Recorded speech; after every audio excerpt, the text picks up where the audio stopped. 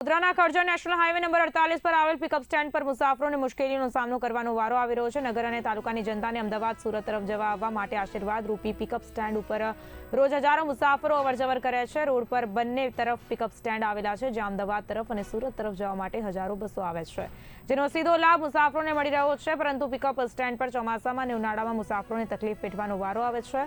ખુલ્લા આકાશ નીચે પિકઅપ સ્ટેન્ડો આવેલ હોવાથી મુસાફરોને હાલમાં તડકામાં સેકાવાનો વારો આવે છે, તો બીજી તરફ પિકઅપ સ્ટેન્ડ પાસે જરૂરિયાત સુવિધા જેવી કે શૌચાલયનો અભાવ, જેનો ભોગ મહિલાઓ બની રહી છે। શૌચાલયની સગવડ ન હોવાના કારણે મહિલાઓને ભારે મુશ્કેલીઓ પડી રહી છે।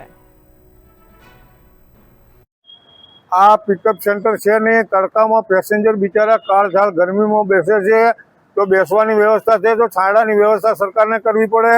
પછી આ 99 તાલુકાનો કરજણ તાલુકો છે, ગામડાના પેસેન્જર આવે જાય બાથરૂમ કરવા માટે કાંઈ શૌચાલય નથી, તો એકાદો આટલામાં શૌચાલય કરે। બૈરા આ બાથરૂમ પાછળ આ કેબિનો પાછળ બૈરા બાથરૂમ કરવા જાય છે, તો આવડું મોટું કરજણ છે તો અહીંયા એક બાથરૂમની વ્યવસ્થા નહીં થતી એમનાથી।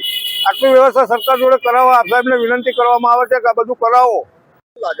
હું અહીંયા કરજણની છું, મારે અત્યારે જવું છે આણંદ, એની માટે હું તાપમાં અહીંયા બહુ જ ઊભી રહી છું ક્યારની। બસ હજુ આવી નથી, પણ અહીંયા કોઈ વ્યવસ્થા નથી કે શેડ નથી મારેલો, કશું નથી। ચોમાસામાં બી તકલીફ પડે છે અને શૌચાલય જવું હોય તો જેન્ટ્સ ગમે ત્યાં જઈ શકે છે, પણ લેડીઝને બહુ પ્રોબ્લેમ થાય છે। એની માટે કઈ સુવિધા કરે એની માટે અપીલ કરીએ છીએ અમે। કરજણ વિસ્તારની અંદર નેશનલ હાઈવે નંબર 48 જે અહીંયાથી નીકળી રહ્યો છે, તેની અંદર અવર જવર માટે જે પિકઅપ સ્ટેન્ડ બનાવવામાં આવ્યા છે, ત્યાં આગળ આજ દિન સુધી હજુ સુધી બેસવાની વ્યવસ્થા તો છે, શેડની વ્યવસ્થા હજુ સુધી કરવામાં નથી આવી, નથી શૌચાલયની વ્યવસ્થા કરવામાં આવી। જગ્યા હોવા છતાં બ્રિજની નીચે હજુ સુધી શૌચાલયની વ્યવસ્થા નથી કરવામાં આવી।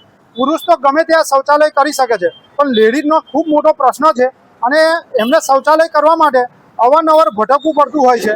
તેમાં ઉનાળા દરમિયાન અત્યારે બેસવા માટે વ્યવસ્થા જે બોકડા મેકેલા છે, પણ તે વ્યવસ્થા ઉપર જે છત મારવાની આવે તે નથી, એટલા માટે એમને બ્રિજ નીચે બેસવું પડે છે, કાં તો લડી નીચે કોઈ શીરો ખોડી અને બેસવું પડે છે। એવી જ હાલત ચોમાસાની અંદર થાય છે। તો અવારનવાર આવી રજૂઆતો નેશનલ હાઈવે નંબર 48ના જે પીડી પ્રોજેક્ટ ડાયરેક્ટર છે એમને પણ કરીને આપેલી છે। એની પહેલાં પણ મેં પણ આપી હતી લેખિતમાં, પણ હજુ સુધી એનું નિવારણ આવ્યું નથી।